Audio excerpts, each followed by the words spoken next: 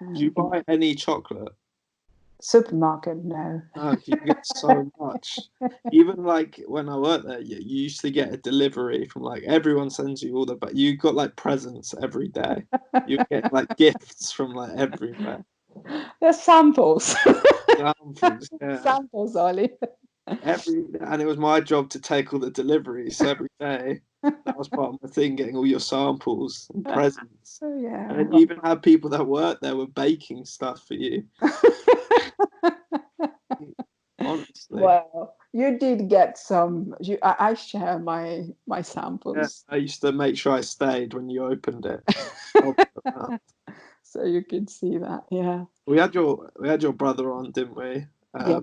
I talked to him on his journey towards Buddhism, which was interesting. Mm. Um, and I want to know from you your journey to chocolate, because I Okay. think a lot of people are like love the job. You know what I mean? They're like, even I worked there. I did nothing like to do with chocolate really in terms of like the Mm. process, but people were still like, even to me, like, wow.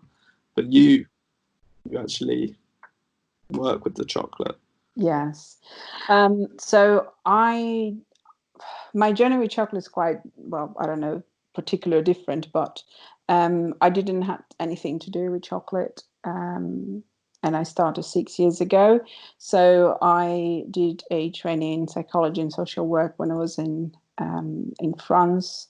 Did a lot of working with people with mental health issues, with um, with a lot of schizophrenia, psychosis, and all of that. And then I moved to the UK. My husband got a job here, came before, and then I ended up coming here to join him. Um, and if I wanted to do the same type of work, I need to have an equivalence I did university. I wasn't really fond of going back to it.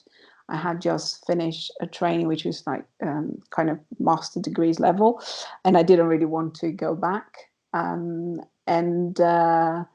I have a friend that has a microbrewery, and I was giving him a hand helping out. And initially, the big part of the business was to teach people how to brew, so people could brew at home.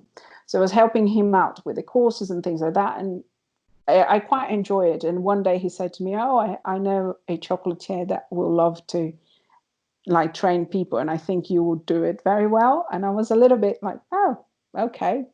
Didn't know anything much about chocolate, and then ended up had a conversation with her.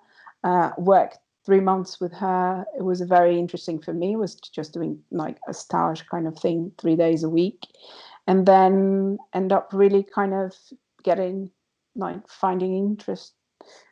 A thing that I think chocolate is something that everybody likes it, well, most of people like it. And it's something that gives a lot of pleasure, but it's also something that when you start working with it, there is a whole technical part of it, which is very, very interesting.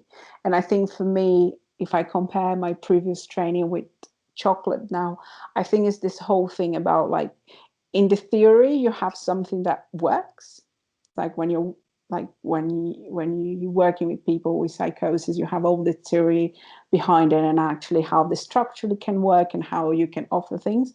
But then when you're actually working with it, you always need to pay attention to little details and kind of be tweaking, because otherwise it's not going to work. And chocolate is exactly that.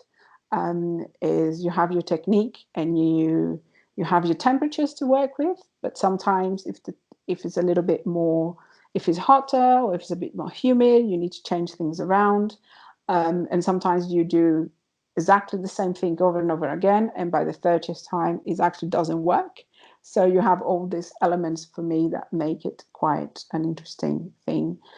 So I did quite a lot of self-taught learning, but I also did a few courses, and then that's it. I end up kind of in chocolate by this kind of fun way of, okay, let's go for it, and actually end up developing a passion for it, to be fair. Then also what I found quite interesting is when I end up learning a little bit how chocolate is made and where it comes from exactly, like what is the fruit and how you kind of how the beans comes along to actually make the base chocolate itself and how you rework with that. So that's a little bit how my path took me to chocolate.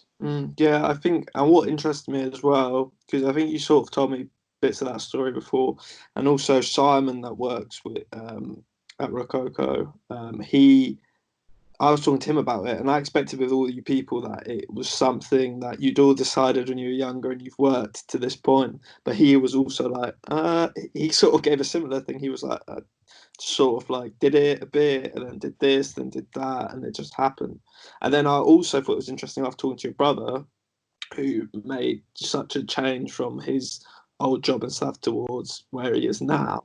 I was thinking both of you have a clear, just like, I don't know, such a big change in your lives. And me and you talked about this, and I think a lot of people are scared. I mean, there'll be people that are my age, like I'm 24. I'm sure I have friends that already think that this is it in life. You know what I mean? What they're doing now.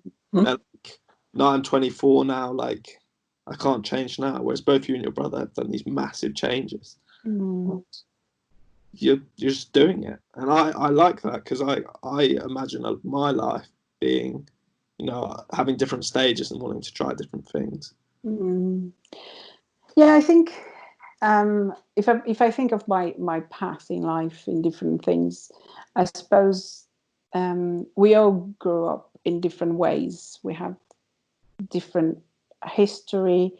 We live in different environments. So I suppose this people deal with change in a very different ways. Not because you grew up in the same family that means that you're necessarily gonna react to it in the same way. And um, for me, changes they always came a little bit without me almost realizing that they were there. Um, but also when I realized they were there, it was like, okay, I'm already on it, so let's go for it.